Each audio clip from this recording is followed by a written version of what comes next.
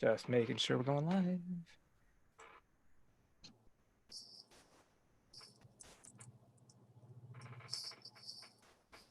All right. I think we're live.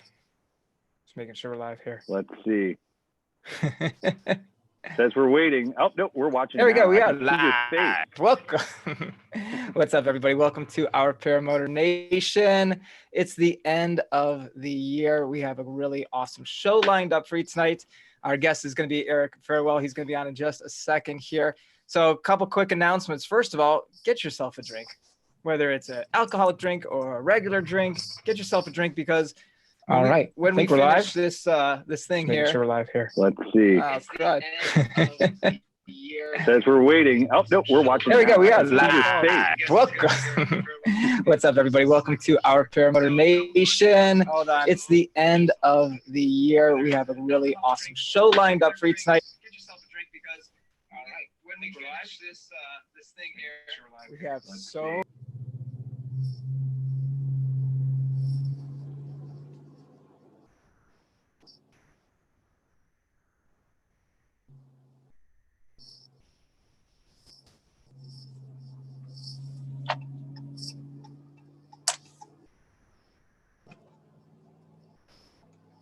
All right, everybody mute their YouTube, and we're ready to go.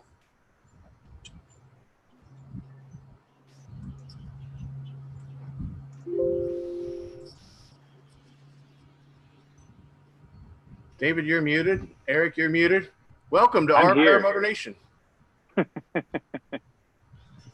That was weird. Yeah, that was crazy.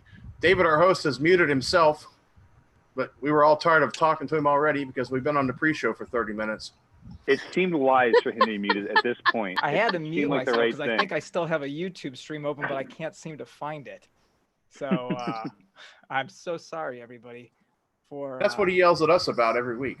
Yeah, I mean, he just spent the past half hour yelling at us about how the show needs to be perfect, and then he opens up the show. I mean, what the heck? All right, I think I have it, but if everything goes kaput, it's my fault. So there you go.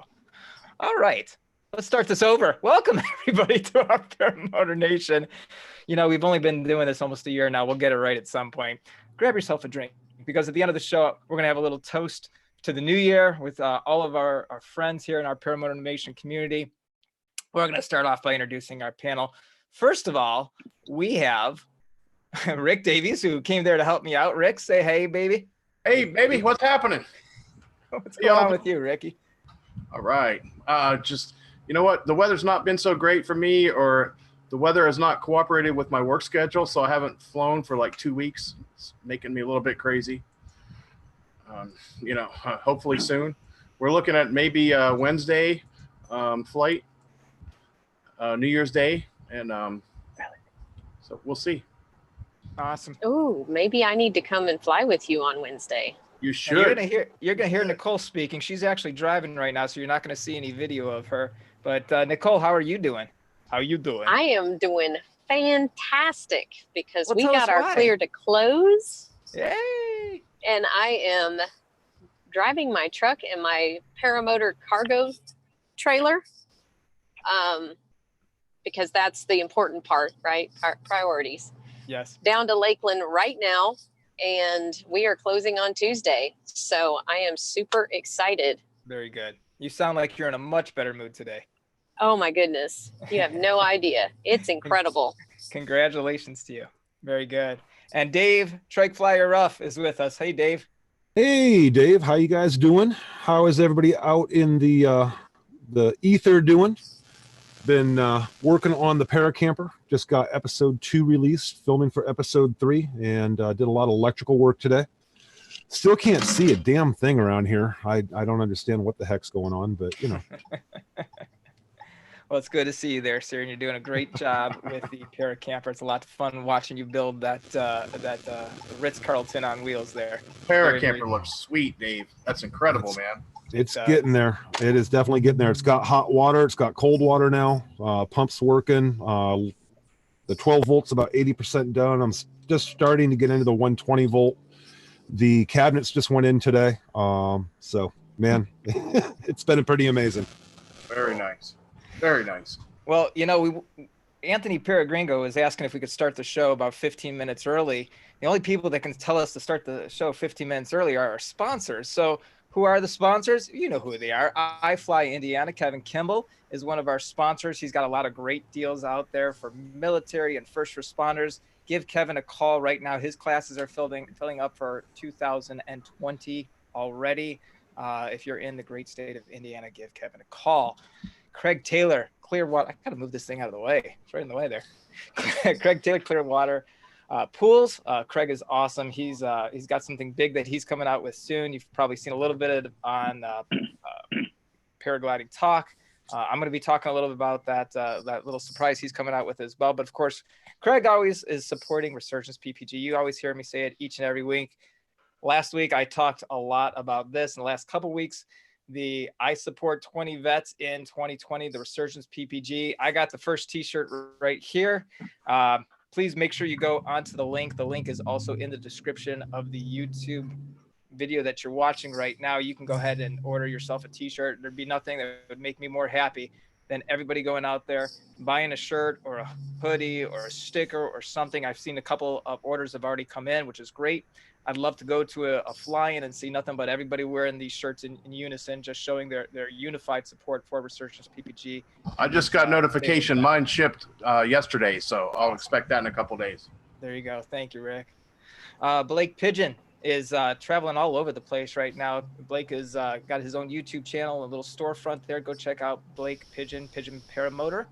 Another group of guys that are filling up on their classes already is Fly My PPG. They're a Aviator Alliance school up there in St. John, Michigan. Mike and Justin, they have their school and they've got a lot of classes out there. If you go onto their website, which is also linked in the description, you'll be able to see when those classes are taking place. I believe they're going to be down in Florida here in just a couple of weeks at your neck of the woods, Rick, at Lake at Wachula, right? Yes, that's right.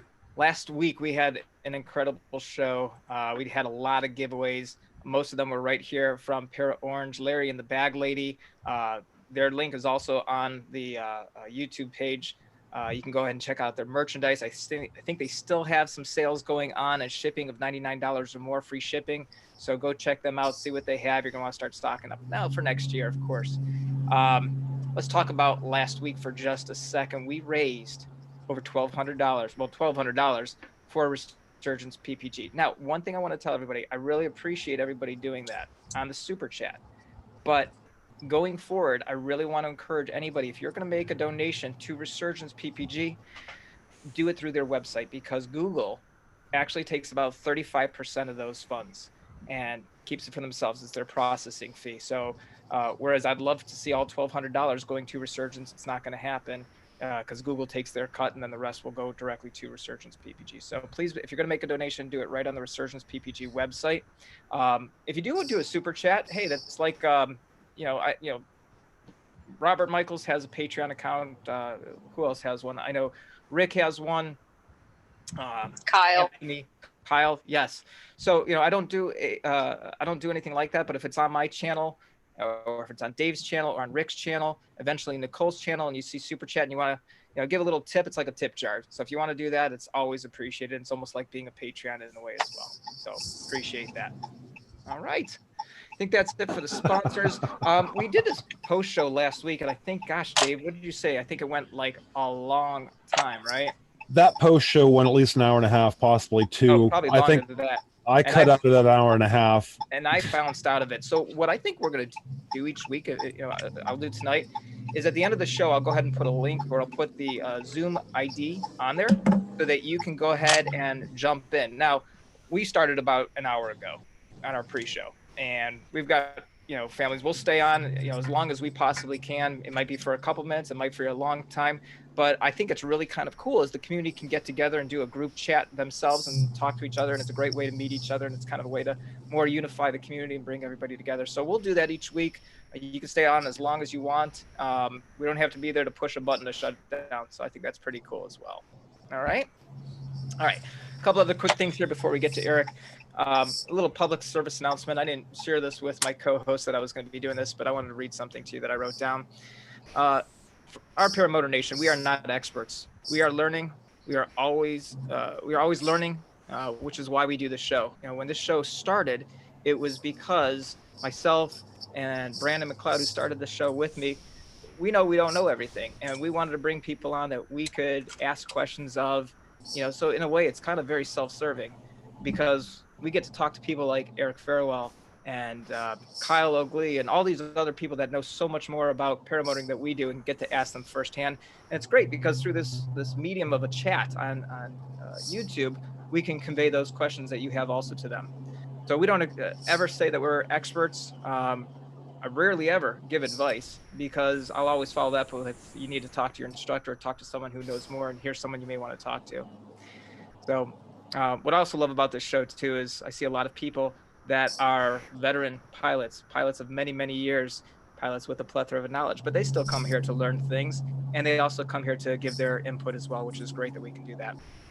Lastly, I want to thank everyone that has made this show what it is throughout this past year, the first year of the show, starting with Brandon McLeod, who started this journey with me, to all the people from the original panel and the guests that we have had, including the 3 guests that have been my co-hosts for the last several months. And I really feel blessed to have these 3 people sharing their life with me, sharing their knowledge, invoking thought, raising awareness, and making us all laugh quite a bit here on the show. So Dave, Nicole, Rick, I can't thank each of you enough for your time and your dedication to the show.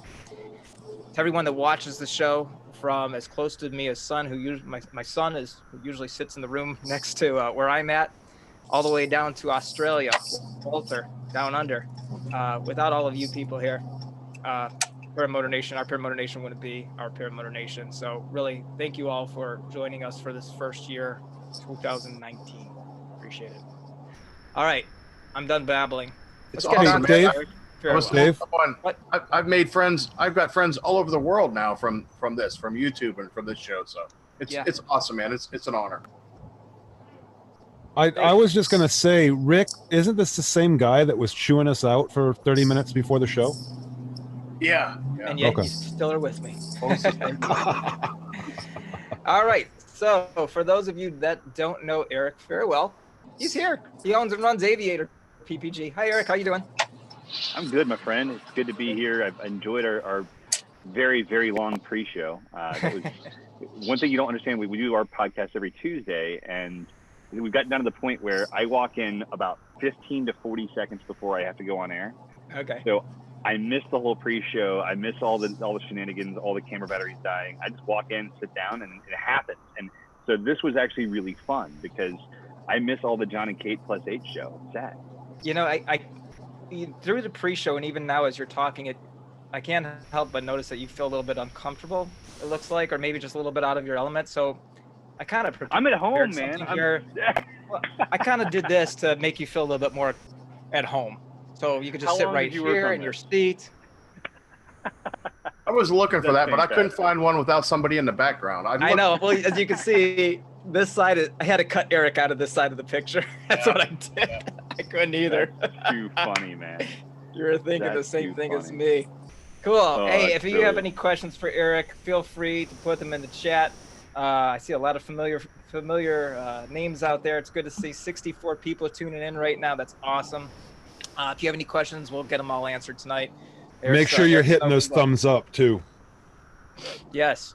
Yes, please. I just want to point out the fact that the most interesting guest without question on this entire show that you've ever had is Nicole's vehicle. I don't know what she's driving, but the exhaust and the blinkers sound amazing. Let me tell you something. Uh-oh. I love my truck. She drives a Dodge truck. I drive a big truck. And I just love sold it. my big truck and I miss it. I really do. So Eric, you had just mentioned a second ago Love that my you truck. have a show. It's called, is it Ask Aviator or Aviator Show?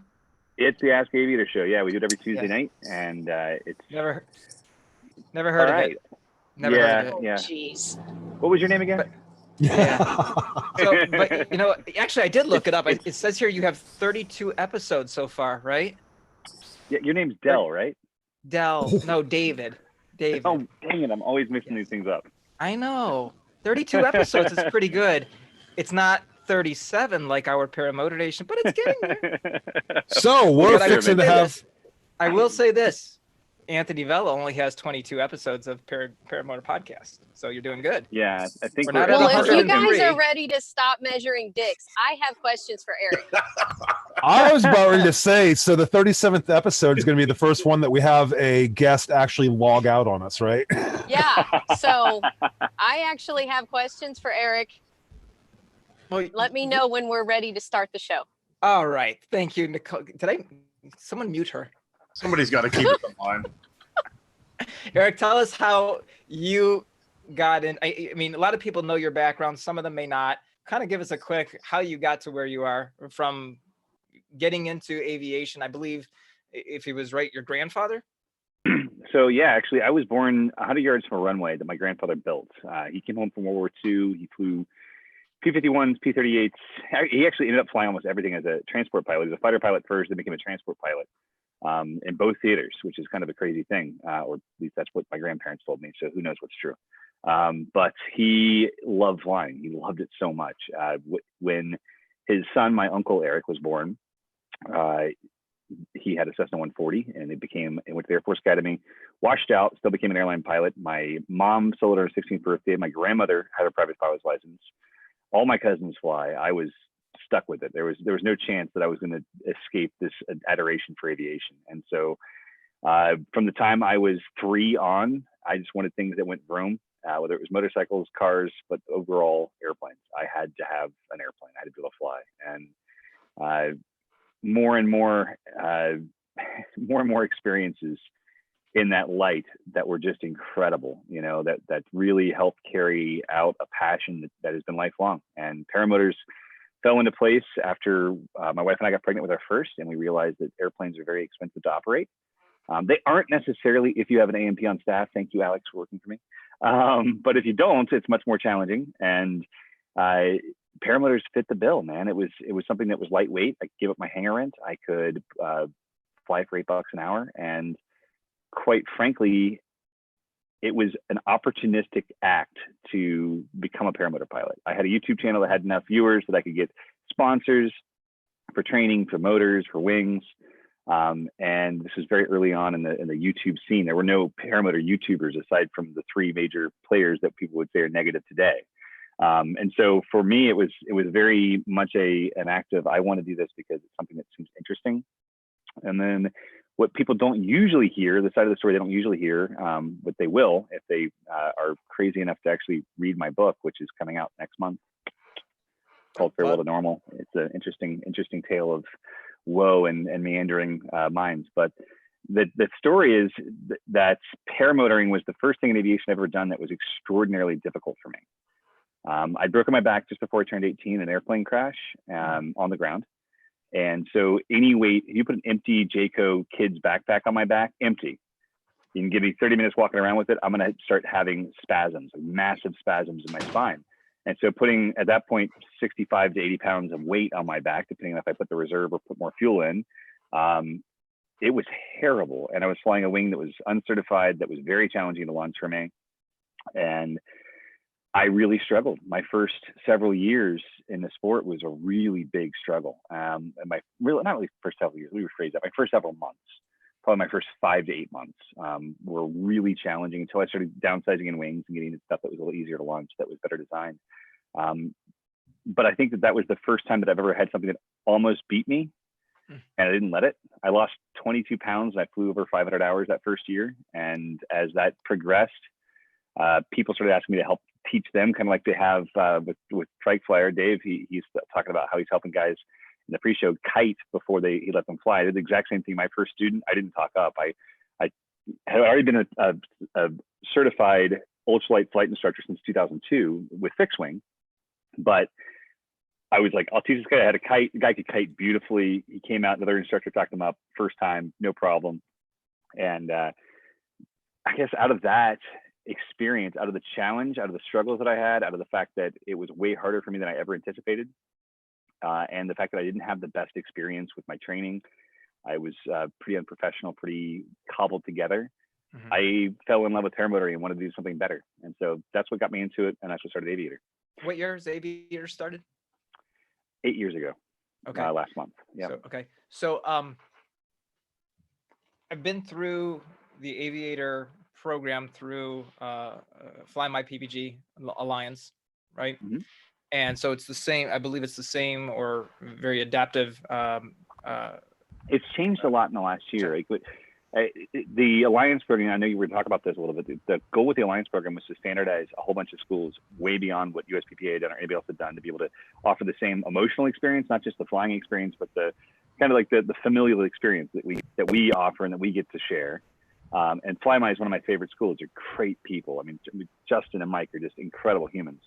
But our experience has changed because we've shifted staff. I'll talk about that later, massively. But yeah, so Alliance School, you went through it. What were your thoughts? Oh, I thought it was incredible. It was professional. I got so much out of it. So much out of it. But I mean, and that's documented too, because there's a video that I have on my YouTube channel called Free Training versus Paying $3,500, which goes through both experiences. Last week, been going viral, hasn't it? I don't know. I haven't checked. It may be getting 1 or 2 views. But then last week's show really, I didn't want people just to say, hey, there's Dave's experience and it's a one-sided. I wanted people. So last week's show actually which was a huge show and a great show on so many different levels. And I don't think most people won't argue that. I guess there's some people that might and have reached out and left me some not so nice things to say. But it talked about it talked about experiences of one person that just went through the free training, another person that was self-trained, another person that went through Josh Bowden's program up there at Nebraska. So Josh is awesome. It's great to see all the different styles. He's fantastic. But let's talk about this for a second. So this training, I want to quote you, and I want to quote Bo Feldman on a video that I watched you guys on back in August. And you had Bo on this program, and Bo said Bo said he didn't want to pay $3,500 for training, but you talk about the training and the instructor and the quality of that. He said it's well worth it. You leave here confident and with all the knowledge you need. Most people will spend $3,500 on a vacation. It's totally worth it. And then you followed up by saying, and Eric, I got to tell you, in my line of business where I'm in people's house doing in-home sales, I get the opportunity to talk to complete total strangers and tell them about my passion of paramotoring all the time, which is great because most people go to work and they see the same people each and every day. I get to talk about it every day and I love it. And these words that you said really stuck with me. And it's words that in sort of some way or another I say as well. This is what you said. You said, flying can truly change your life. It changes your perspective on Earth. It changes your perspective on God. It changes you. You can pay and wait months for this training, or what some people do is they go elsewhere and they can have a terrible experience and it'll end up costing them just the same and a whole lot of money. And then the words that you used were, people expect aviator training. And I think last week's episode and that video that I did was really just to harp on the word training, because some people have this training that they hear about that Mr. that Tucker got, and then they expect everybody else is going to have the same type of training. So that's what you've put together in this program, and whether it was you or people that worked with you in the past or people that currently work with you now, the program is an exceptional program. It's with anything, whether, today my wife and I, we went and bought furniture, and it's cost versus value on anything, whether you're buying a couch or you're buying a window or you're buying a training or a service, it's what's the value to you. So, some people don't need it. Somebody right. left me a comment saying that this on last week's episode, saying that he had tons and tons of experience. He went to Flight Junkies. He already knew about weather and thermals and everything else. He just needed to know how to fly that dang thing. So unfortunately, he's only made 2 flights and had the thing almost 8 months now. But that's a whole other topic. But so there's that in the training. And so it's very commendable. How did you put together this program? You're starting to say, I wanted something better, and that's how Aviator began. How did you put this program together? How have you seen it progress throughout the years? So first, I want to start by saying that it has progressed far beyond me. I am very honored that I founded this. I'm honored that I had an incredible business partner in Travis Burns for 3 years. But this has progressed far beyond what I could have brought to it. We had people like John Isley. We've had people now in our training. The people we have now, they blow my mind. I tell people in our classes, we always kind of have an introductory class, get anywhere from 2 to 3 hours long, and we get to know each student, and each student gets to know every instructor, all the volunteers, all of the North Shop, which is our warehouse employees. Everyone comes together, right? And it gets in depth, because we don't just talk about like, hi, I'm here to learn to fly. It's no, who are you? Where are you from? What do you do? What's your family situation? What's your aviation experience? And what's your superpower, right? And that's how we end things. And mine has become, it always used to be that I'm very empathetic. I feel other people's pain, sometimes to a fault. But it has become over the last year, it's that I have a superpower of being able to attract the most incredible people. And like our training director, for our national training director, Chris, who is a launch director for SpaceX. You know, this is a guy who worked directly under Elon Musk, who does not work at Aviator for big bucks. He works at Aviator because he freaking loves it. You know, and every single member of our team is like that. They all, like AJ's our school director here in Lake Wales now. He's a DRL drone racer, who's probably one of the most naturally talented people I've ever met in my life. But to go back to answer your question, the foundation was trying to create something more professional, where someone could walk into the room and they feel like they're walking into a motorcycle dealership. They feel like they're walking into a place that is real, because at the time when I got into paramotoring, it was a whole bunch of dudes in rundown hangars or working out of their garages. And I worked out of my garage for the first couple of years, you know, but as quickly as we could, we moved beyond that, because we wanted something that would be bigger. And then I kept trying to professionalize the ground school and actually focus on kind of a private pilot type ground school, where you got weather, you got airspace, you got safety, you had maintenance, you had all those things tied in. And then Travis really helped me systemize that a lot, because he was an instructor pilot in the Coast Guard for 20 years. So he has his stuff. And then from there, this past year, the changes have been massive, because I think we're probably the only school in the US, there may be others, but we have enough volume of students that we're able to A/B split test things. So we can test, like, for instance, we're talking about the intro class. We have always done the intro class with nothing on the screen, like nothing on the big screen in the front of the room. And so we said, let's test a class with a slide that asks the questions. And we saw a massive drop in involvement from the students, a massive drop in openness, because instead of being asked questions by another human, they're being asked questions by a screen, and it shifted how they learned, what they remembered of their other students, how many names they could recall. All those things dropped, right? So the next class, you darn well better believe we didn't have a slide on the screen, right? So we're able to A/B test, not just that, but like, okay, normally we've always towed on day 3 over the last 3 years. We we had bad weather one day for our day 3, so we pushed it to day 4, and the results were so much higher because the confidence was higher. So we said, okay, let's test the next couple classes, see if day 4 works better. It slows the class down. It reduces our productivity, right? We could be doing twice as many classes per year as we are if we followed any other school. But like, let's do an A/B comparison. Let's do it for a few classes and see what works. And now we do towing on day 4, you know. And we're really blessed, because the guys we have in place are building standard operating procedures that not only make the best possible student aviators as they leave, but like I'm blown away every time I go up there. I'm just like, it becomes a family. You know, we used to take all the students to eat lunch on Saturday, the first day of class, at our local Beef O'Brady's, which is a sports bar. And we ended up getting broken into 2 tables, because there's 25 people between the instructors and the students, because we have a crazy ratio.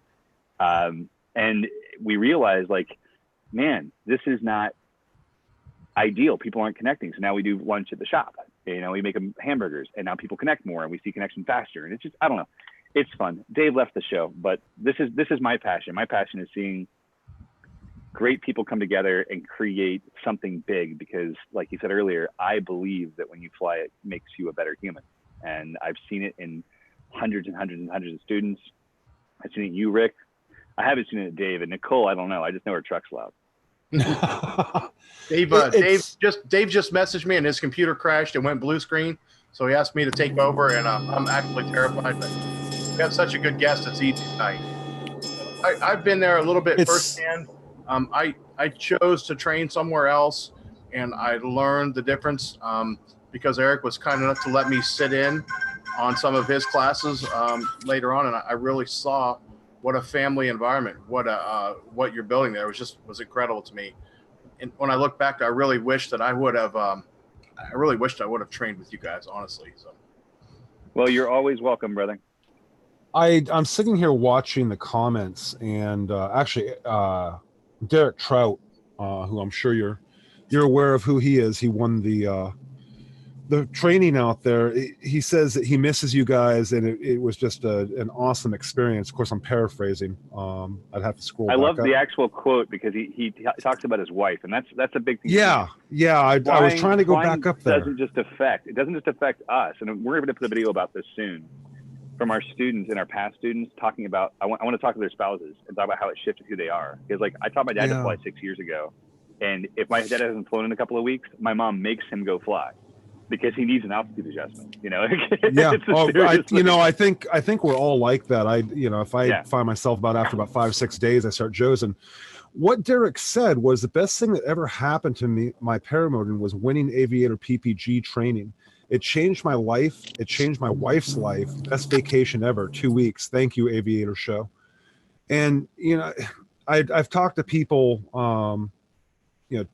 a few times, 2 or 3, and they say that, when they come down and train with you guys, it's just an amazing experience. It's not training. It's a family atmosphere that everybody really starts getting to know everybody and know the instructors, and the instructors know the students, and you guys work with them.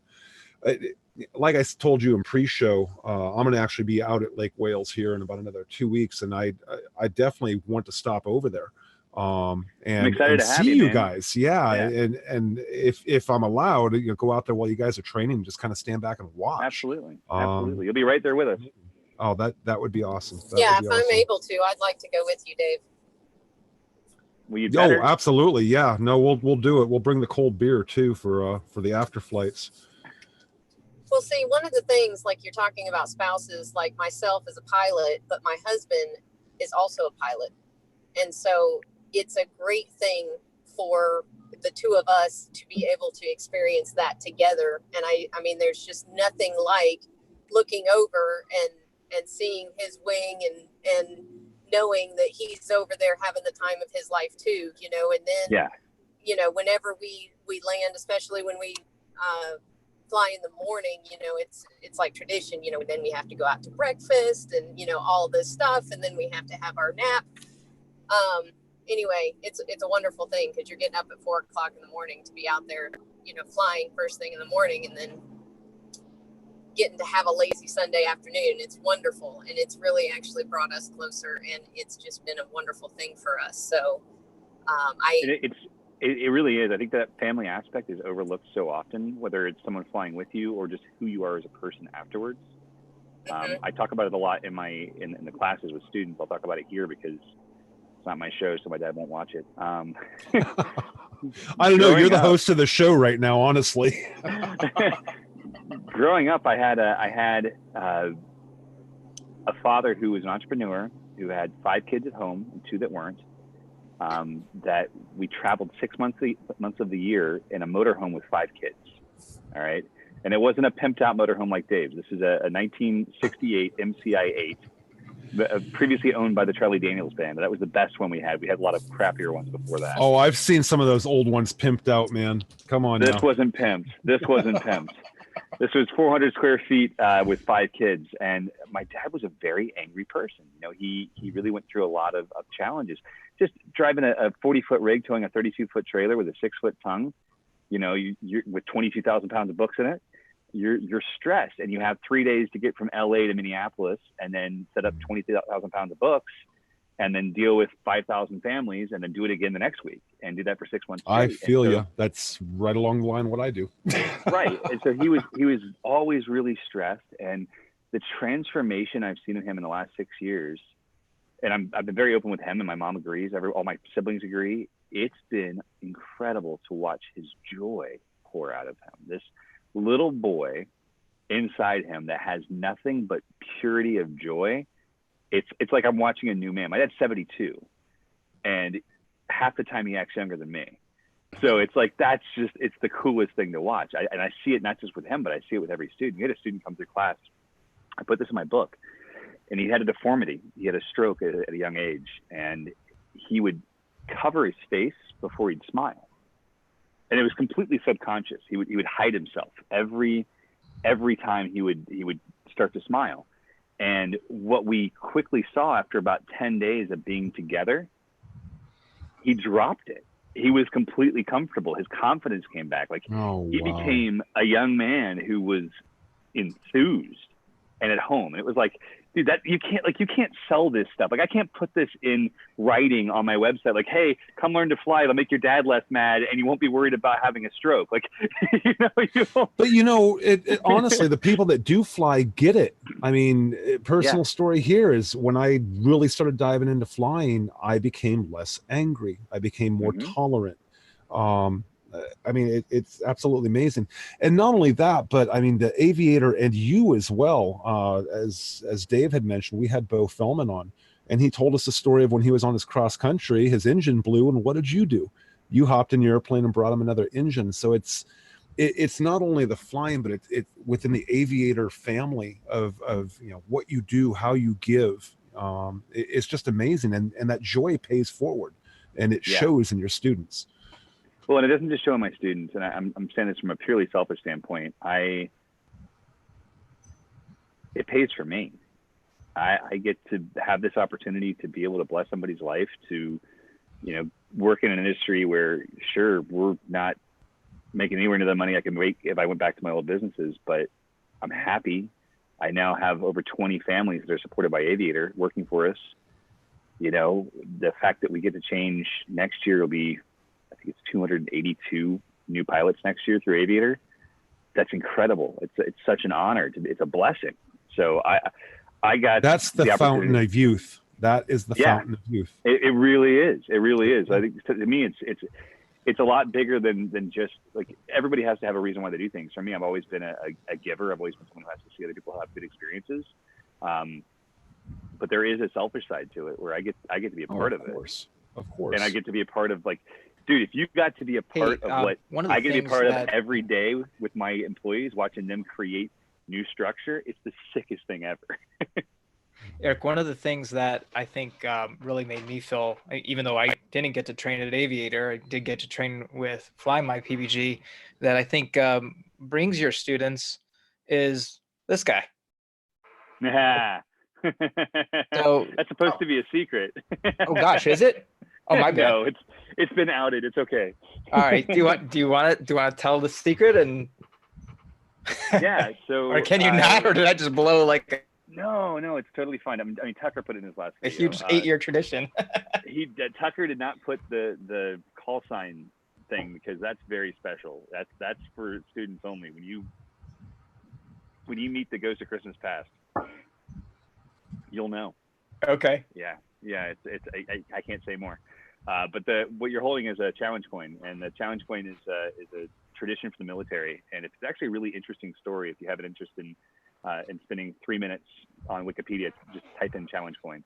I always wanted to join the military. My goal was to go to the Air Force Academy. I wanted to go Air Force Academy, fly jets for 10 years, maybe 20. Hopefully get a slot in the air shows. That was my dream. Flying for the Thunderbirds would have been like next level. But I broke my back 2 weeks before my 18th birthday, and so I lost that opportunity. I lost the opportunity to fly jets, and when I lost that, I lost a huge part of myself. I kept flying for a few months after my accident when I could, but physically I couldn't take the hard landings from students anymore. So I quit flying and went on to do safer things. I'd never broken a bone in my body before that point. I broke 5 vertebrae. I thought it was 4. I recently found out in April this year that it was actually 5. Different MRIs show different things apparently. And then I spent 5-6 years outside of aviation, and I tried to replace flying with any manner of things, from riding my motorcycle to Alaska, to surfing up and down the West Coast, to racing motorcycles, racing cars. Tried to be safer, A, because they told me if I ever broke my back again, I'd die, or be paralyzed, and B, just trying to find something to fulfill it. Even video games. Video games for me were a huge tool because it truly engages your brain, kind of like flying does. It's never going to be as good, but that was really good for me. So I broke 29 more bones in the next 6 years. and then got back into flying. Thank God. Yeah. Well, Merrick, me, you know, it's I get to show both sides too. This is the Aviator side, and then where I trained at, fly my PPG. That's the logo right there. So it's very special. It goes in my wallet. It goes everywhere with me. So Eric, it's better. It's better. Eric, Yes, I tell a lot of people this. I am past military, U.S. Navy, and I've actually we had one other person on the show too that had always wanted to go in the military. And here's what I say, coming from the military past, speaking to somebody that hasn't been in the military but wanted to go in the military, is going in the military. You serve your country. It's a sacrifice. You know exactly what you're getting into. Right. Even though you didn't have that opportunity, it was taken from you because you broke your back. You know, those dreams are crushed. Don't be sad about that, because had you gone into the military, yeah, you probably would have flown jets. You probably would be on the Thunderbird teams, et cetera, et cetera. But what you do now would not be there. And look at the lives that you affected. Oh yeah, I'm the honored, positive man. now. So yeah, you know, if you ever come to a point, because I do know a couple people that are really, you know, depressed that they never got to serve, et cetera, et cetera. I don't feel that way. I feel good. There's a part of me that always feels like something's missing, and that's where I was going with the story. Is like I got into the airshow family, which is, it's called the airshow family because the odds of surviving are very low, and it's one of the only groups in the world where when you say goodbye to someone for the weekend, you'll see them next weekend, you say goodbye, like you're saying goodbye. And that's been very beneficial in a lot of my relationships because you find ways to value them better. But the airshow community does challenge coins like the military community. And so with Aviator, about 5 years ago, I was like, we have to do challenge coins. We have to.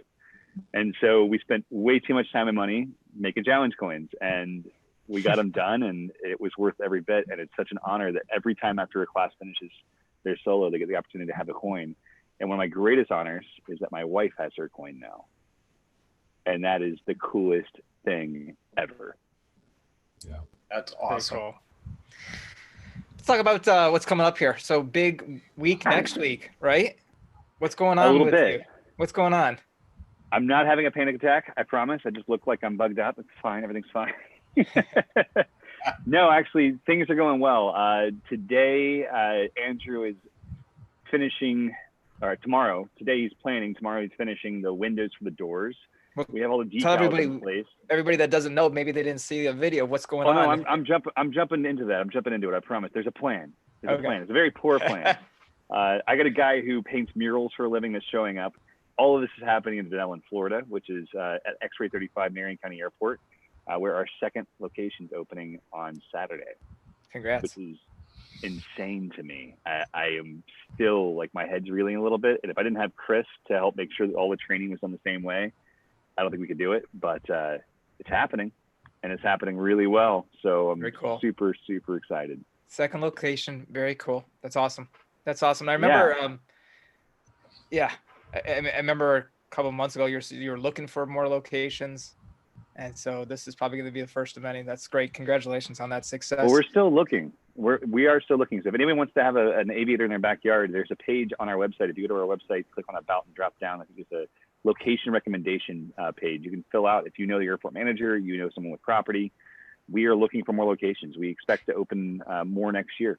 So I remember one of the prerequisites is that you have to have a building that can be painted red, correct? Yes. Okay. You got to be able to have the red barn.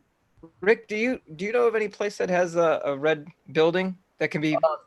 Well, the place that I trained, some friends of mine trained. They had a red building there, and I don't know. There's like 12,000 people trained there. So I don't know. That's a beautiful barn. It is, isn't it? Yeah. I guess when you charge $4,000 for a dry key making garage, it's affordable. That's right. I'm sorry. That was as close as I'll come ever to saying something negative. That was really close. We'll all agree. I actually don't know where that was for sure. I just know based upon what you said. So I don't know for sure. I know that I've never watched any videos. I've never watched any of the videos. This is a flea market. This is a local flea market here. It's called the Red Barn. It's in Bradenton, Florida. You're lying.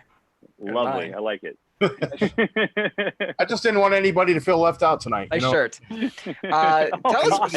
So Rick, you are awesome in the fact that you share that way. I mean, Absolutely. much respect, man. Much respect. Want everybody to be included. So tell us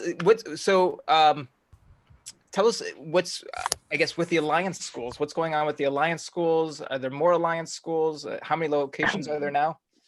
So it's been tough. We had 9 Alliance schools, then we changed the requirements. We lowered their marketing fee they were paying to allow for the bigger ones to grow. And we kind of shifted slightly because what we found was, and this is bizarre to me, because if I say, hey guys, David Wolf is one of the best guys in the business. He follows the exact syllabus I teach. He does everything I do. You can trust him. Same equipment, great location, same every. If I say all those things, right? And then I say, you can either go train with him next week, or you can train with us in 3 years. People are like, okay, I'll train with him next week. And then as our ability our capacity grew, which we changed December 1st last year, made a decision to grow and to add more employees, to add more instructors, to add more class dates. Suddenly it went from being a 3-year wait list to 1 to 6 months. And as we're having the same conversation with, Rick, saying, Rick, all the same stuff, cheaper money, closer to you, train with them next week or train with us in 6 months. And more and more and more and more people were saying, we want to wait 6 months. To the point where I was begging people, like literally begging, like, guys, these guys have classes open next week. They have 2 seats available. They need people, and they're great people. And I know you're gonna have a great experience. They're using our syllabus. They're using our slides. They're solid. And more people were going, we'll wait 6 months. And then we opened the second school, or we started booking for it, and it dropped to 3 months. And then you couldn't get anyone to go. So while we still have the Alliance, and we're proud of the Alliance, we're proud of those people, they're incredible men, incredible women, great instructors, we still endorse them heavily. We have kind of dismantled the system. We still promote them. They're still on our website. We still talk about them when people email us, that they're local to them and there's slots available. But more and more people want to go through Aviator training because they know that I'm there, that Chris is there, that we're putting the finger on it, constantly going, I really have to make sure this is done right. Because no matter how great the Alliance schools are, they're always going to be wholly owned by someone else. They're always going to be held by their standards, not by ours. And so that's been the challenge for us, is like, as much as I want Paracosta, who Gigi is one of the best instructors I know, best pilots I know, I want people to have the same experience with Gigi. They're not. He's a Costa Rican pilot who has a great school, but it's a different experience. So 009 to 090 just posted, drop the price in Denellen School. No, brother, our Denellen School is fully booked until May. I think we have 1 slot before May. So we're choosing that instead of growing the Alliance and going the franchise model, where we would sell a franchise to someone, have them operate it our way, but it's still their way. Unless you have a giant franchise system like Chick-fil-A does or McDonald's does, things still deviate, right? Like you can go to McDonald's in Florida or in Tokyo and get a slightly different menu. You'll still have a Big Mac, but they're gonna have a slightly different menu. We decided to just build a whole bunch of our own schools and be able to serve people exactly the same way. So like you just said a moment ago, we're still looking for more locations too.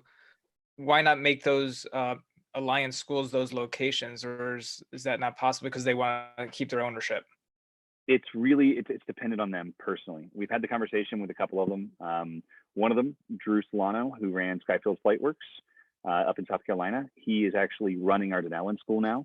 He's got a couple of instructors from Lake Wales, a couple of new instructors, and he's running that school. He closed his school to come work for us, to be part of a bigger team. And for them, really? like, He moved to Denellen? Yeah, he has. Yep.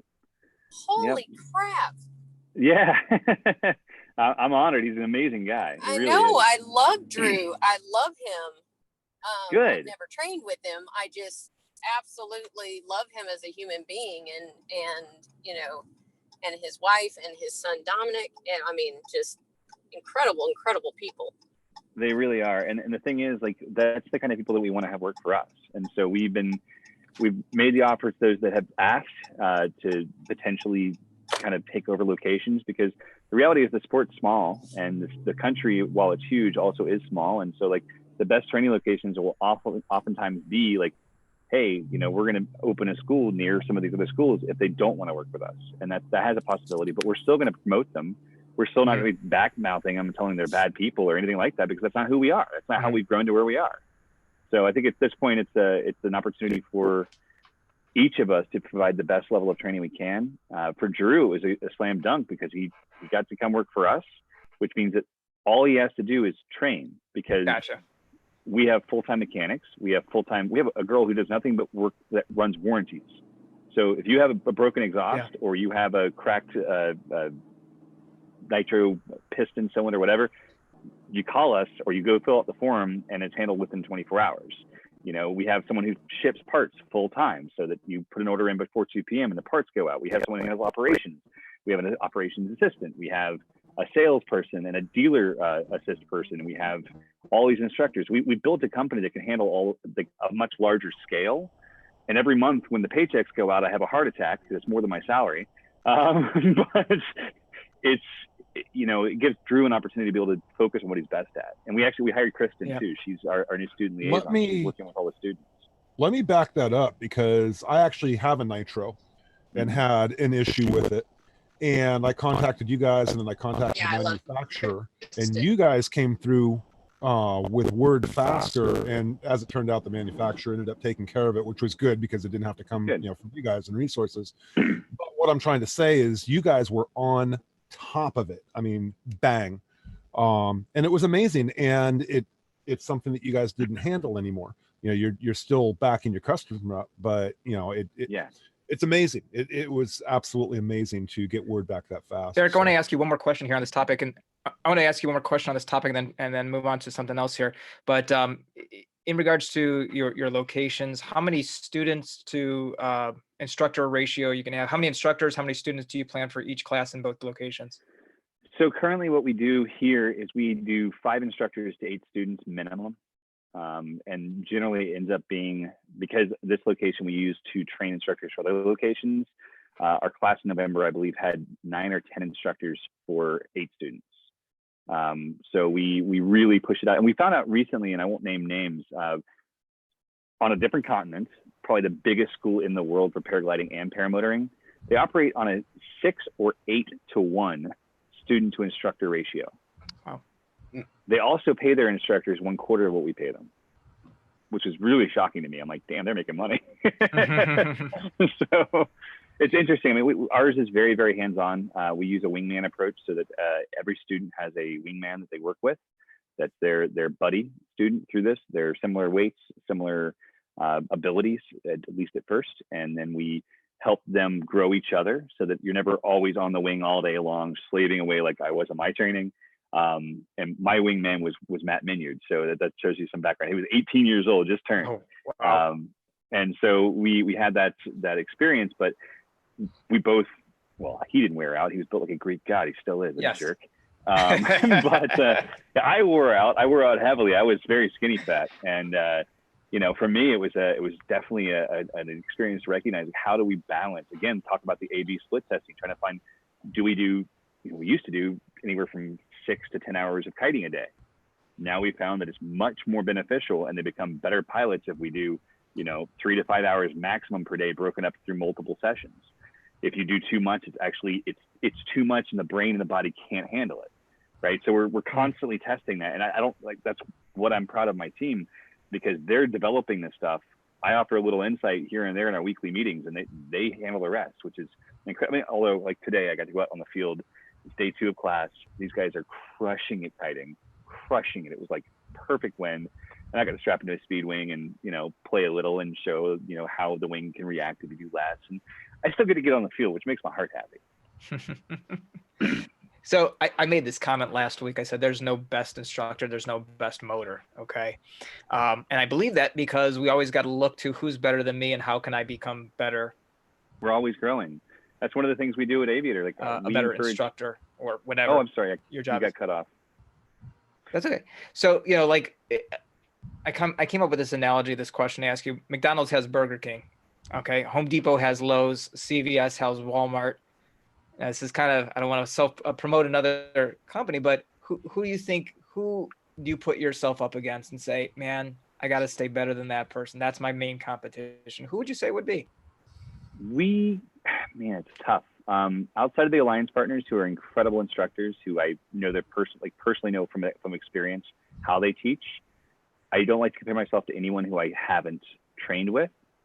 So when people ask me, like, what do you think of blah, blah, blah, I'm oftentimes like, I haven't met them, I've never trained with them, whatever the answer is. Truthfully, for us, it's that we look outside the industry. Right now, there's not a lot of other schools that are putting out the type of pilots we're putting out, whether, I'm not saying they're the most skilled, but hopefully they're the most caring, they're the most gracious. I'm sure there's lots of other schools that put out more skilled pilots. Ours are pretty damn good, and that's all I care about, is keeping them safe. But we look outside the industry, and one of the things that we do with our school is we encourage our instructors to constantly look toward having additional training. So like when I was getting my instructor rating, I trained with Ryan Shaw, I trained with Christina Croce, I trained with Eric DeFore, I trained with all the best, so that I could pick up little things from each of them. I did the same thing when I was getting my ultralight instructor rating. I trained with 13 different instructors. I wanted to gain something from everyone. And so maybe 12, anyway, it's a long time ago. It's 20 years ago. Yeah. That's when I started that process. So anyway, the whole point of this is like, I don't see anyone else in this industry that we're trying to beat. I see that there are incredible people in Utah and free flying Utah, Southern California, and Europe that we're constantly looking to what they're doing, the ways they're molding people, and trying to learn from that. And we do the same thing with fixed wing. We're looking at fixed wing schools, how they're doing, what they're doing. I don't think there's anyone in this sport that we're looking at going, we have to beat you. It's more of a how do we better ourselves through the whole world of aviation. Gotcha. There's you know, we could have asked you to be on the show at any time in the last 7 months, 8 months, how long it's been now. But it was something that stuck out to me when I saw a video of yours. I'm like, it's time. And it's a program. And this is something else I think that sets your company, your school apart from other companies, and that's philanthropy and giving back to the community. So when I saw the video about the STEM and reaching out to elementary schools, it really touched my heart, and it got me thinking, what can I do? What can I do? How can I educate people in my community as well? So I think that's something that not just a school needs or can do, but any of us can do. You know, reach out to a community. In the summertime, I know like the church right down the street from us has Touch a Truck, where you can go and they have the ambulances and they have the fire trucks. And last year I thought, man, I could take my paramotor out there. And next year, now that I'll have 2 or possibly 3 units, I'm definitely going to take my stuff out there so people can learn more about what paramotors are. Can you please talk to us? Take your spark plug cap off. Say that again? Take your spark plug cap off. Yes, that will definitely be the first thing I do. I already had that figured in my mind. What sounds Touch like your there might be a paramotor, story there. take it But off. Yeah. go ahead and tell us about the STEM program. Tell us about the experience, how you came up with this, and all that. Yeah, so at Aviator, we have a few very succinct rules, and I won't go into all of them, but I'll go through the humorous ones. Rule number 1 is BBAD. Basically just means be gracious. Above all else, be courteous, be kind. Don't blow the sport for everybody else. Make sure that you're putting yourself in a position where you may be in the right, but you should not be right if someone thinks you're wrong. Be kind first.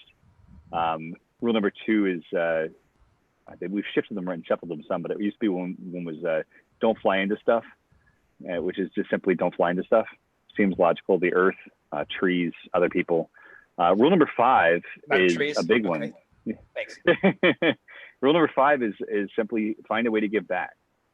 If you allow this sport to change your life, you allow this sport to make you become a better person, find a way to give back to the sport, whether it's making videos, putting in a podcast, doing something that allows the community to grow together. And especially if you could find a way to reach outside the sport and open other people's eyes to what beauty life can offer. Because I mean, that's really, it's a lifelong quest, and it starts when you're a kid. And so we started the Paradigm team in 2016. We had our first performance. It was long before that we were going through the processes with the FAA and trying to make it happen. I pitched it to dozens of people before I had the first, okay, I'm interested. And John Isley organized that with a couple of the airshow legends in the Sunbar and Wayne Boggs. They really helped ramrod it through. And part of what we did was we said, listen, if we're going to come to your air show, we want to go visit your schools. we want to go be on camera and promote. And so like when we were choosing the pilots for Paradigm, we didn't choose the best pilots in the world. We chose the best people who could share their love. You know, they need to be good. Like the pilots on the team now are really good, but when they were first being on the team in 2016, some of those guys were like, so can you do a loop? Like I didn't know, because I knew who they were as people. And I was really blessed to have the Martin family join us, because they're just incredible people. And so the STEM stuff has all grown from that idea of how do we affect as many people of as many different ages and help them see that this is something they can actually do. So I do want to talk a second about the Paradigm team as well. Let's talk about them quick, and then I want to go back to more of the community service. In researching and getting ready for the show, I did look up the Paradigm website, and I noticed there wasn't anything on the schedule for next year. So if you could talk about is anything planned for next year? I also did see accepting applications for pilots. Do I have a chance? Yeah, I've fantasized once or twice being a Paradigm pilot. Yeah, I'm a little I concerned practiced with the team last year, so we'll see. I'm waiting for an email. He blew into a practice, and he almost made us scatter. It was great.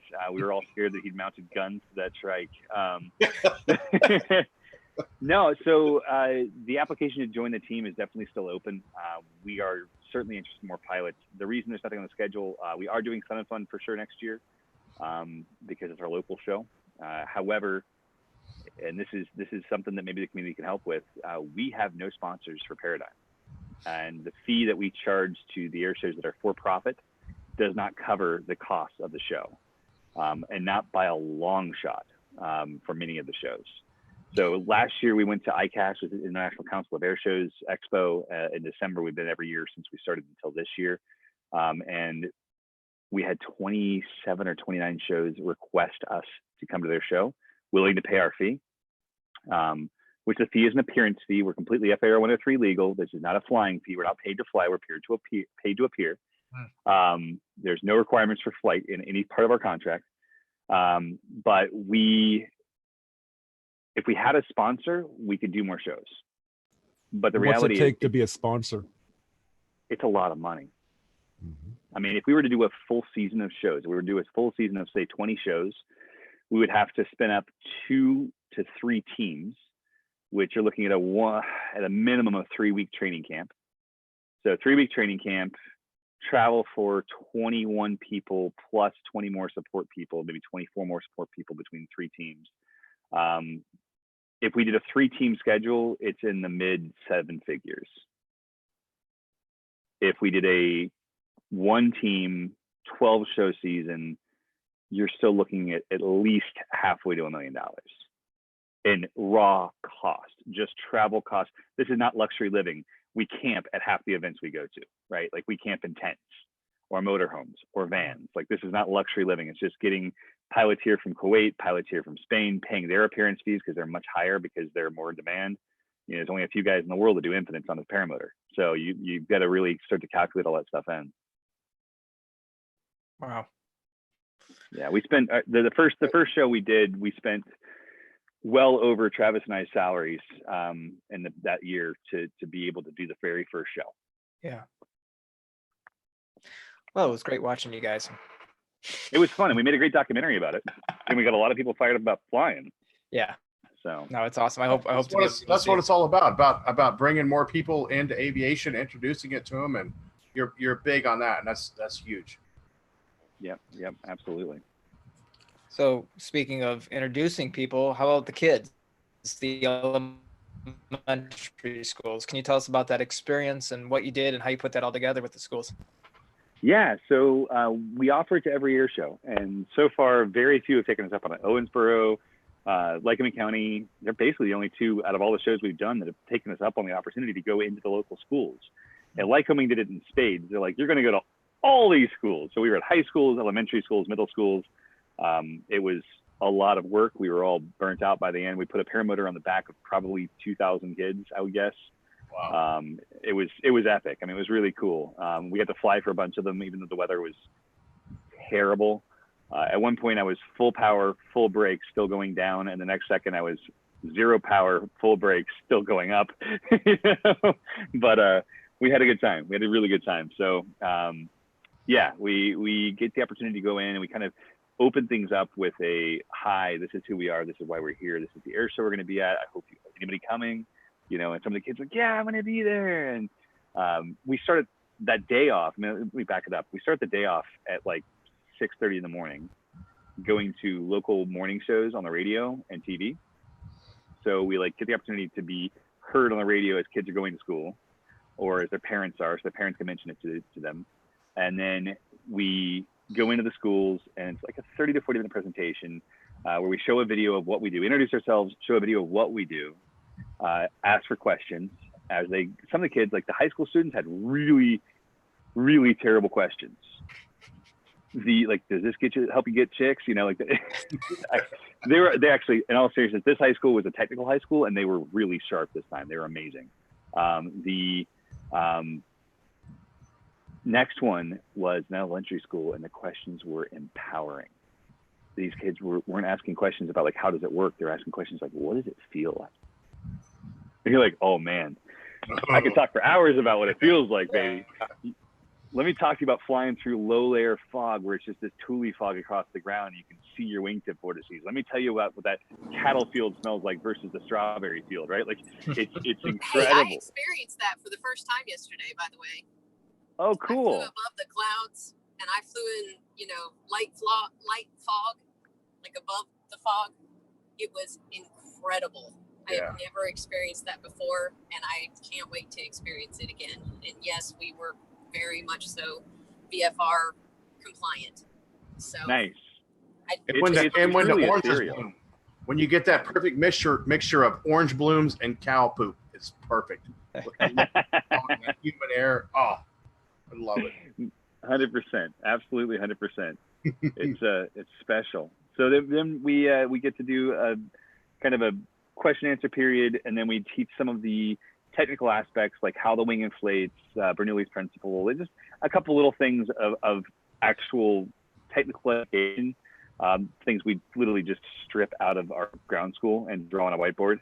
And then we go outside for a demo, whether it's a kiting demo or a flying demo. And man, if you get to even just a kite, you watch these kids go nuts because they've never seen anything like it. You know, when has a kid in East St. Louis seen a paramotor? Right? It's cool.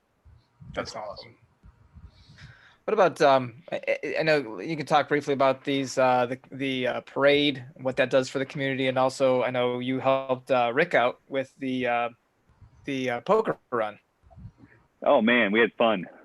Yeah, we had a lot of fun. So one of the things that's important to me. So my family's been in this town. Next week it'll be 102 years. But I lived here half of my childhood because we traveled half the year. Eric, so you look phenomenal for 102 years. Thanks, man. Thanks. I look like crap for almost 34, but I look great for 102. P.S. You have a better hairline than me. I'm a little jealous. I need Rick's wig in a minute. I got it.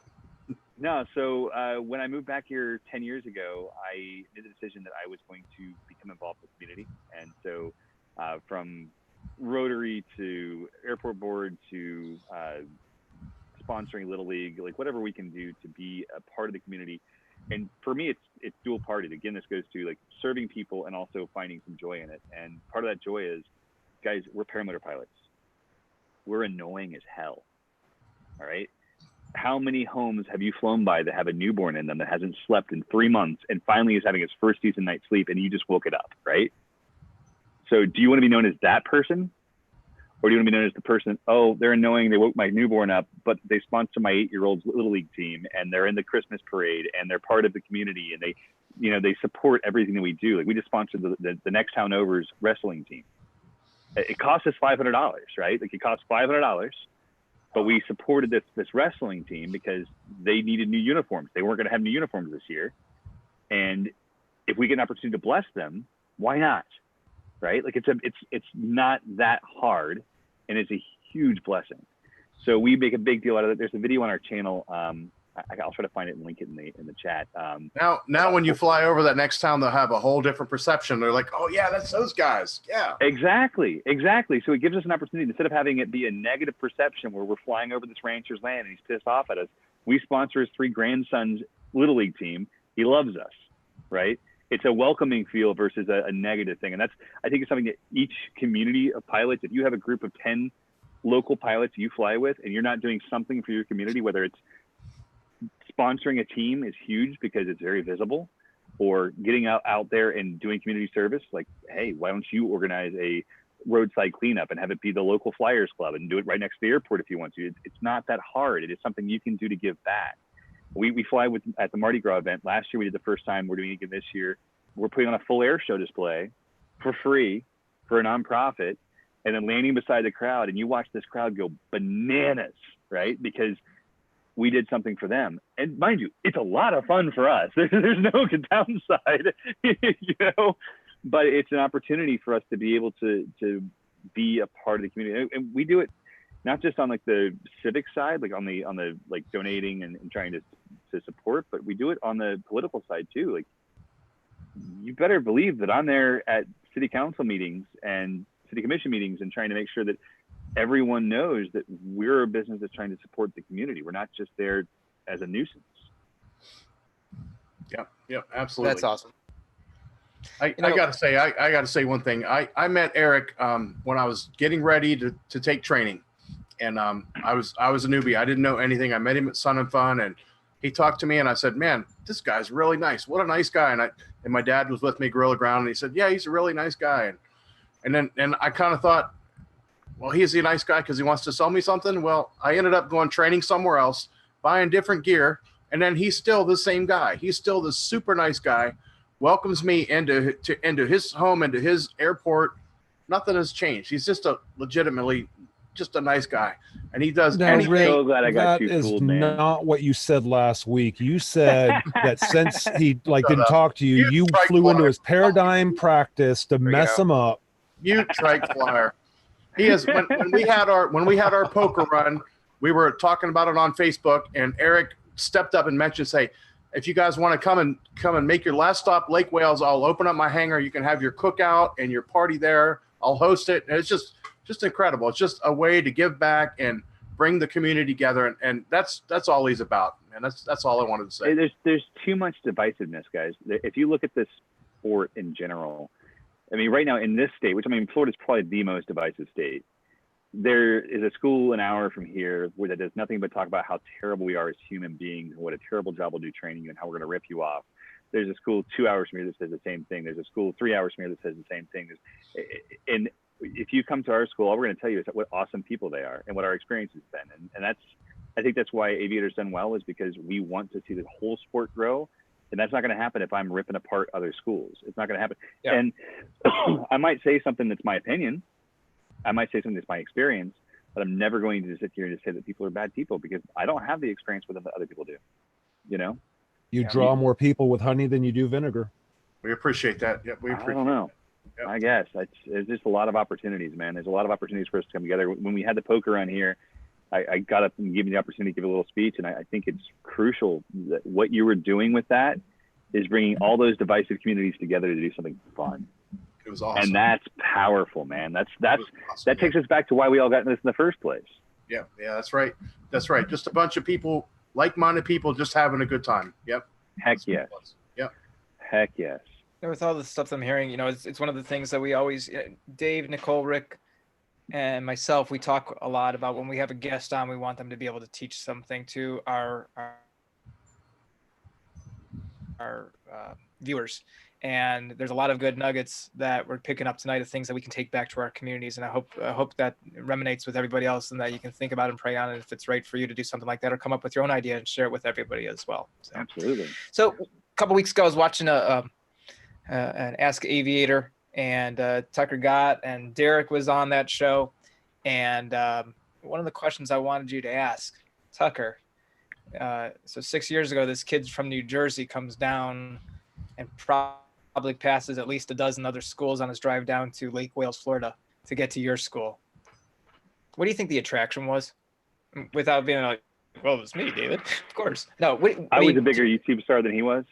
Yeah, really, like that. I was his 31st subscriber, which is really ironic, because he had like 5 videos of RC stuff, and I was like, oh, he's my student, I'm gonna subscribe to him. Honestly, I have no idea. we started off and we tried to make it very professional from the beginning. I'll be the first one to say that we were far from where we are today. There was a lot that's been learned over the years. But I don't know what drew him to us initially. I wish you'd asked that question. It would have been a good one. Actually, I sent him a text at the beginning of this trying to get him into chat, saying, hey, Eric's on, but he never did respond. So.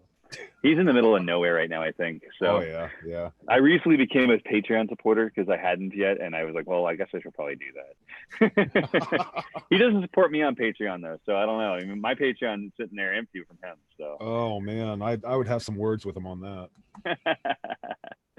No, I honestly, I all those early guys, the guys who came our first couple of years of training,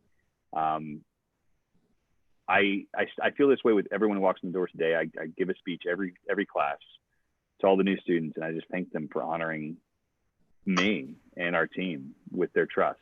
But those early guys especially, because it was a Wild West. It was new schools are popping up every week from people who learned to fly 3 months before, and I learned to fly 6 months before I trained my first students, and I only taught them to kite, but that was fast, and I flew a ton in that amount of time, but that was really fast, and I was terrified. I'm trying to teach something that I got thrust into this position because I wanted to help people.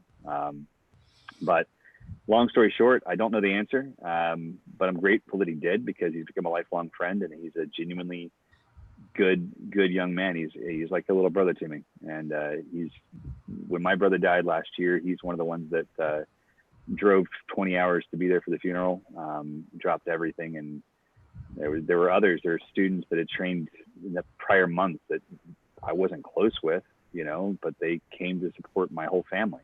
And I think that's a testimony to our community as a whole, and especially to the Aviator students, that they'll leave their families and show up to support each other, no matter how difficult it might be. Yeah. Well, I guess there's a debt of gratitude to be paid to you, I think, from a lot of people, myself included, because without seeing one specific Tucker video for me, which is the same one that most people saw, I wouldn't be here right now. The Subway video? It was the Subway video. Burger King. Oh, my bad. I forget exactly. The one with Jacqueline's boyfriend in it? Yeah, that was the one. Yeah. But Jacqueline. What's her boyfriend's name? Obviously, if he wasn't trained properly, that video wouldn't have happened. And the Tucker videos were great for me. But when I saw the guys from Flight Test train, and I heard Eric's voice, run, pressure. Rick, it's funny you should say that, because I was really debating whether to start off the show. Hello, everybody. We're about to start the show. We're going to start it. We're getting ready. Oh, turn your TV up. Turn your volume up. Here we go. And we are on with our Take a deep breath. Sorry. That's the voice everybody's fair game here. That's what everybody wants to hear on their first flight. I'm telling you. Oh my God. Hey, I want to hit it. I have a guy in the chat. There's a guy in the chat I want to address. There's a guy in the chat I want to address really quick, because it's actually something I think is really interesting. Kevin Can Fly said, I despise Patreon. Do this because you love it, not for a tip. Now, I want to address it because I received a comment like this recently. We opened our Patreon recently, and there's a great YouTube channel called Sailing La Vagabond. And it's this Australian couple that have a baby. They live on a yacht in the Bahamas. They live an incredible life, and it's supported by Patreon, right?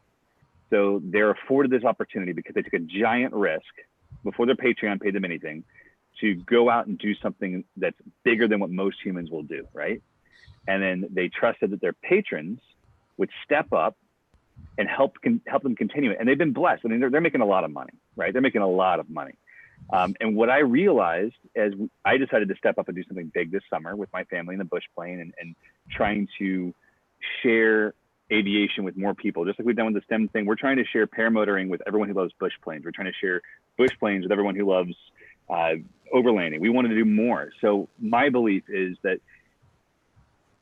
it was important for us to allow people who wanted to support it. You don't have to. Whether it's my Patreon or it's Dave's or it's the other Dave's or it's Rick's, whatever, you just do what's important to you. But that opportunity to be able to support someone's huge. And I've had people contact me and say that I didn't make the levels high enough. They wanted me to raise the levels because they want to support us more. They want to make sure that we're able to do this.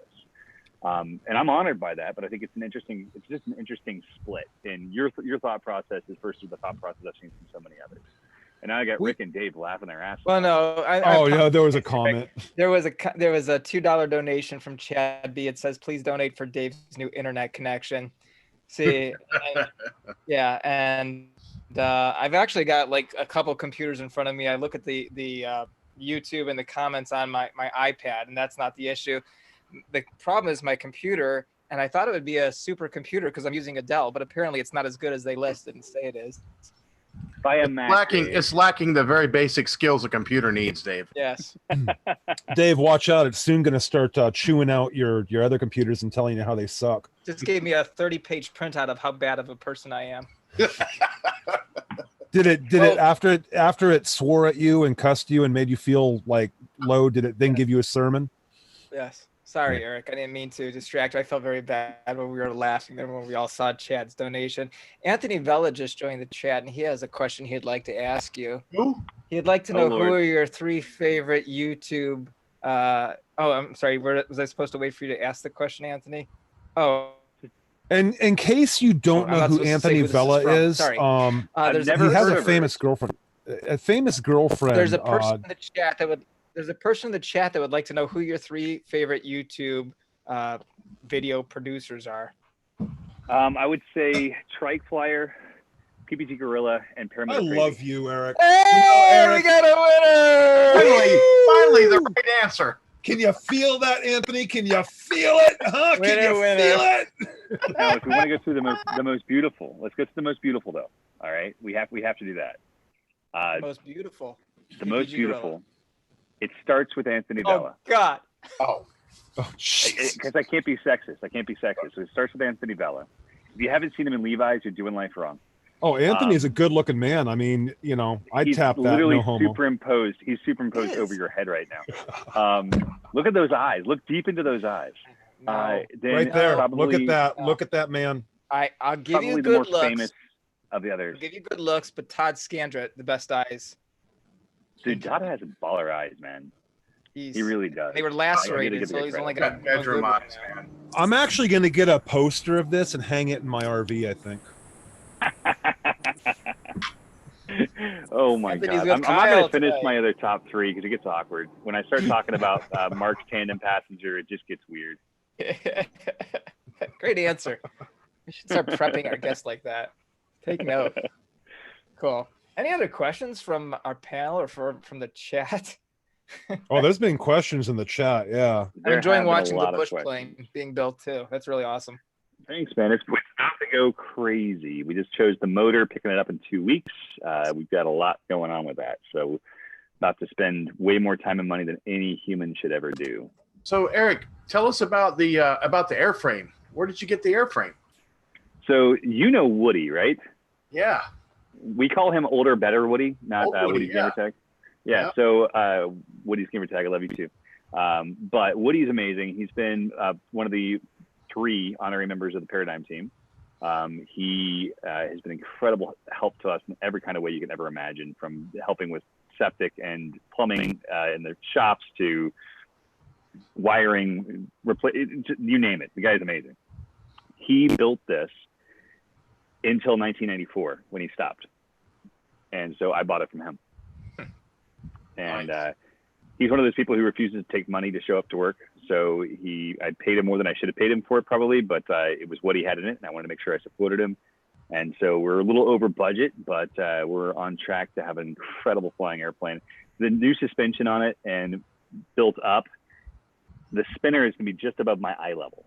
Oh, wow. It is, and I'm 6'4", so like that's not small. Like, it's a big airplane. Yeah, the monster shock is amazing. So the airframe, I mean, the older airframe is the same as the new airframe, right? It's what you put into it.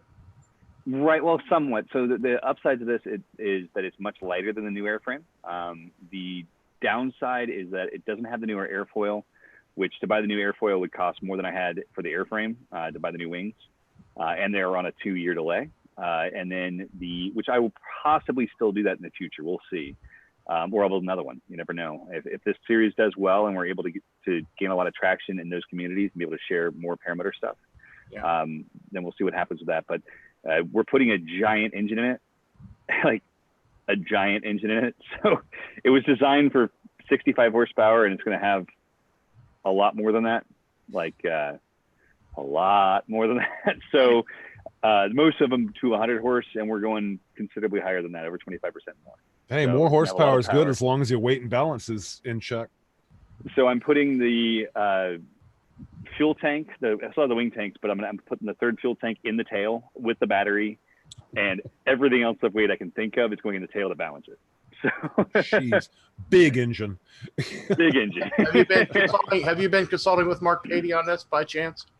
So Mike and I have talked. I have a crazy idea for next year, not this coming year, but the following year. When I get home, I might leave the airplane in Utah because I want to mount, and this is nuts, but what I'd like to do is sleeve the struts so that they're rotational, and mount two motors running 100 centimeter props or even 80s with massive pitch, 4 blades like an airboat prop at about a 45-degree angle.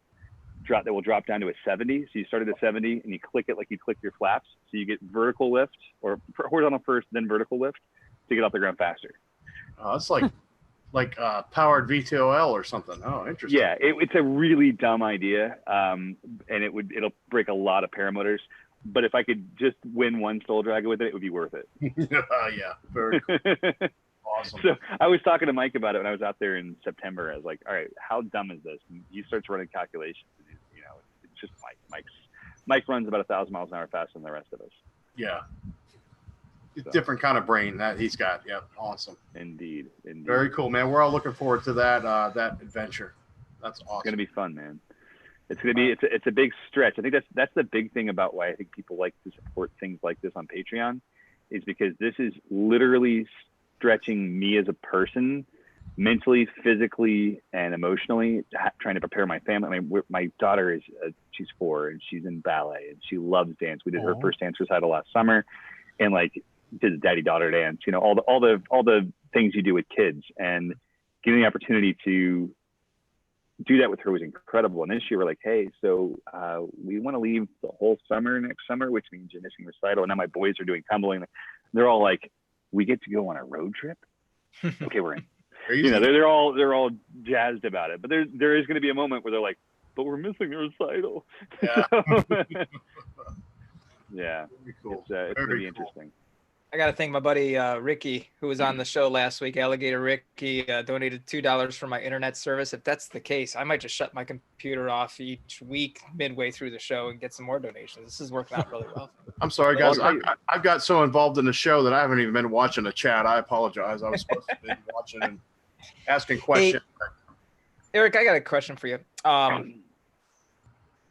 Years down the road from now, maybe 5 years down the road from now, 10 years down the road from now, where do you see the future of the industry going as it relates to both training and equipment? Ooh, that's a big one. I think we're already seeing a trend, which I think is where some of the hate in the sport comes up from with other dealers and trainers, is that people have the expectations they're going to have higher level of service and they're going to leave as better pilots than they did even 2 years ago. So I think we're going to see considerably better service, considerably better training. I think that we're going to see a lot more pilots out there. One of the reasons why the sport has done well for some of the older dogs was because they sold you a paramotor, sold you a wing, sold you a reserve, sold you a helmet, then sold you training. Then, because they already had made all the money they had to make from you, they didn't really put their heart and soul into your training. So 6 months from then, you have your motor and your wing and your helmet and your reserve sitting in your garage where it hasn't been moved, aside from the 1 time or 2 times you tried to go out and fly after training. You may have gotten 5 flights in training if you were lucky. Mine was 2. My ex-business partner, Travis, got 2, and he crashed his 2nd. I crashed my 3rd. You know, the reality is that the level of training was so poor. And so now it's that attrition was great for instructors because they made all their money up front. Like Whereas we don't sell gear until you've completed your first flight. So we don't see the profit come in until later. But we don't see everyone buy either, because maybe the sport's not for them. They discover that earlier. So you see people who are actually getting into the sport and staying in the sport are much more committed to it. So I think we're going to have more active pilots. I think that in 10 years, that draws the possibility of more regulation. It won't be overnight. The FAA does not work. The FAA works at the speed of the government. It won't be overnight.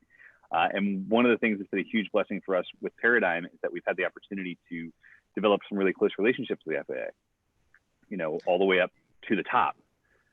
So we have opportunities to help influence that potentially, because I think that while most people in the US are terrified of regulations, having flown in countries that have more regulations, it's actually really incredible. Being able to fly across this, like downtown cities at 300 meters, because your paramotor has a $300 annual every year, is pretty cool. It really is. What about more manufacturers possibly resulting in lower prices on equipment? It's a tough one. So I have this conversation often because as the primary importer for a couple different brands, it's my job to police price. And I believe in policing price because I want to see more full-time dealers, people who are full-time dealers with a full-time mechanic, with a full-time instructor, who are working to serve the client full-time. Because that way, like, you know, we were talking to David earlier about how his warranty support was instantaneous from us. I want that to be the same from anyone you buy from. If you buy a product that we sell, I want you to have instantaneous warranty support from your direct dealer, who's hopefully local to you and has parts in stock. The only way you can have a direct dealer that's local to you that has parts in stock is if they maintain margins so they can afford to do it. Because when I got in this business, I was a dealer for an importer who started going behind my back and selling to my students. And my business, I mean, literally, like that year we made like $15,000 in profit. Like, how do you live with 3 kids? You know, you know what I mean? Yeah. So for us, it's important that we police price to maintain integrity of the business model, to be able to have a local that can actually take care of you. However, I think that as the market grows, we will absolutely see an improvement in price. It's a question of law of large numbers. Like, if you look at the law of large numbers, you're going to have a tipping point where all of a sudden this stuff is like buying a weed eater, you know, with more carbon fiber on it. Because it costs a certain amount of money to maintain that support, to have a business, to have someone there to answer the phone and someone to offer your warranty support and work on your motor. There's a cost involved in that, and sometimes people forget that. A question that keeps on coming up is, where do you see EFI, electronic fuel injection, coming in? EFI is operational, running great. It's available through Aviator or direct from the engineer, Alex. We made a decision to drop the project just simply because we had to put another massive cash infusion into it, and we couldn't justify it. Our goal was to sell the project to Vitrazzi because we had one ready to go. We built this. Alex is an incredible engineer. He tested the heck out of it. We tested the heck out of it. It works well. It dramatically reduces fuel burn, and it makes it run much smoother. Instantaneous starts, 1 pull, 2 if it's a really weird day. And we made the decision not to stop selling it, but to stop being the owners of it, basically. So yeah, it's still there. It's still solid. But yeah, to go, what was I going to talk about? There's something else on that topic of price. I don't recall what it was. I apologize. I had a really good point and I forgot it. I think, but I got more wine. Craig Taylor, thank you for the $2 donation, and we're hoping the weather gets good so you can fly down there in Florida. I know he's over with Ripman Ride. I'm guessing they're over at the what do you call it, where Ripman always flies. Which one is Ripman? I don't even know. I know I've met him face to face, but I can't place who it is. John Ripman. John Ripa. Yeah, they're actually in. Oh, John. It's John. Yeah. John's here. Yeah, I saw John today. I saw Craig today too, and I snuck up behind him and gave him a really lovely breast touch. It was fantastic for me. I don't know how he felt about it, but it was pretty great. Crockett just asked a question. Can you guys talk about the single layer wings someday? I just had an experience with one of those with Kyle O. He has one, and I only kited it. I didn't fly it. He told me to go fly it. It was too windy that day. And do you have any experience with them? Yes. So I flew The first one was didn't fly it. I kited the original. It was an ultralight at Endless Foot Drag in 2015, I think, something like that, 2016. Phenomenal. It was like cheating. I may have been at Salton Sea. Anyway, it was cheating. It was so easy. And the first one I flew was one from the same company who makes the Easy Air Design, the UFO. I flew the 16, landed, great flight characteristics. It's splashy. It flies like a traditional wing. Doesn't feel like like anything like a reflex wing, but very, very much like a traditional wing. You look up and you giggle the whole time. You're like, where's the rest of the wing? Flare characteristics are poor. You need to land with power or time it perfectly. But launching was stupid easy. I almost bought I think I had a 24 or 28 that they recommended for tandems because it would have been at that point I was doing just foot launch tandems, and it was brutal physically I had a some Dudek tandem, and then I got the Dudek Hadron 38 or 34 Cabrio, whatever it was, and then I've had so many damn tandem wings, it's ridiculous. I mean, right now I have around 90 wings. I have about 6 that I fly regularly, 7. If you want to send a tandem wing over here, just feel free. I've got one. I've got 3 or 4 for sale. So I got a Magnum 38. I have a Magmax. No, I don't have Magmax anymore. I have a couple Triax 38, Triax 34, a Swiftmax 41. I bought the Swiftmax because I wanted another foot launch tandem to teach thermaling on, because my dad wanted the thermal, but he was scared. And it's an incredible performing wing. And for foot launch tandems, oh my gosh, that thing. We will talk in the after show. I've been looking for like a 40 or 42. I got some stuff for you, man. But the single surfaces are really, really interesting. I found them really easy to launch. Now again, I only kited. Right. But it's like you look at it and the wing just comes up, and they feel like they have tons of lift. But Kyle told me the same thing, is that coming in, the flare authority is just not there. Yeah, it's not there. To address the chat, 90 wings, that's about 2 schools. $225,000.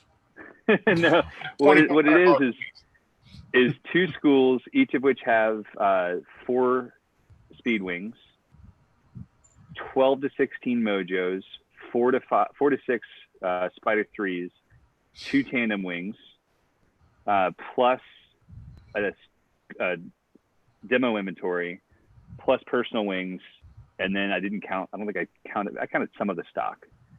So it's maintaining the school inventory. That's where like people are like, oh, you charge $3,600 for training. Like, do you realize that to open a school you need to have like almost $100,000 in inventory? It's not, to do it right. Like if you're not going to charge people for rental, if you're not going to make people buy stuff, like Yeah, you got to keep on putting money into it and putting money into it and putting in money into it. I'm very blessed to have a wife that let me. Yeah. Yes, you are. Yeah. Well, this has been an awesome conversation with you, Eric. I really appreciate you being on tonight. I mean, everybody knows where to find you. Tuesday night, 6 o'clock, right? 6 o'clock on Tuesdays, East Coast time. Generally, the times may get a little wonky as we start traveling. Ask Aviator. You can ask. That's the one. Yep. You ask him any questions in the chat. Eric answers them. Guys, if you haven't already, make sure you subscribe to Eric's channel, the Aviator channel. He's going to be building the Kitfox and doing bush flying, landing in crazy places, hauling paramotors in the airplane. So I'm looking forward to it. It's going to be an adventure. Yeah. It's going to be fun. Guys, thank you so much for having me on. I told my wife coming into this, it's like I haven't done anything with the paramotor community in a while, and I genuinely miss hanging out with you guys aside from just my show. So thank you very much for. Please tell her we appreciate your time.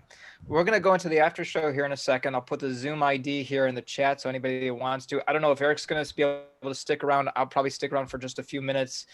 Dave, I think usually hang around for a little bit, but everybody's welcome to come in and hang out and chat and come in and out as you please.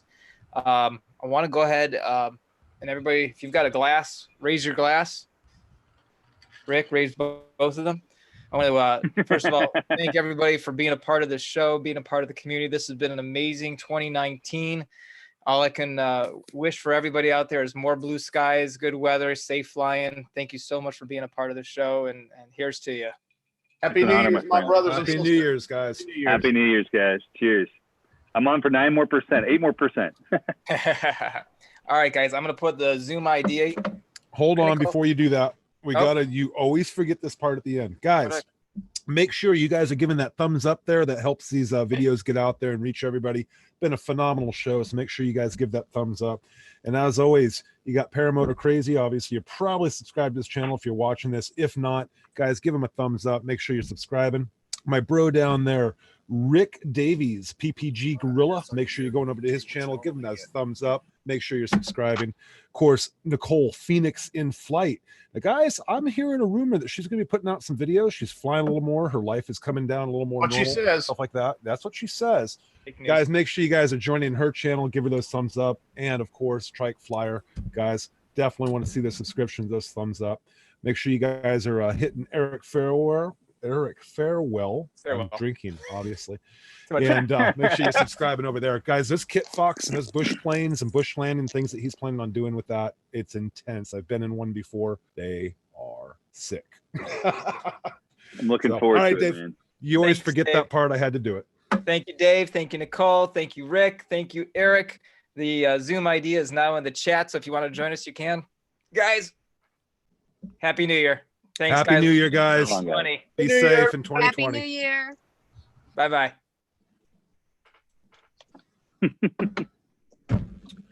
Great show, guys. Well put together. Okay. Oh, Now it's so I much fun. Fantastic, Eric. Thank you, man. I feel- I you feel- rock. Bad for you guys because doing this with the internet lag and everything else, like I almost brought it up twice, Dave. I had to buy a brand new computer to run our live stream on. I'm not sure if we're off the air yet. Hold on. I keep hitting end stream. It still says live. That's all There right. it goes. Do I want to end All it? good. No, it's a lot of work, man. It's a lot of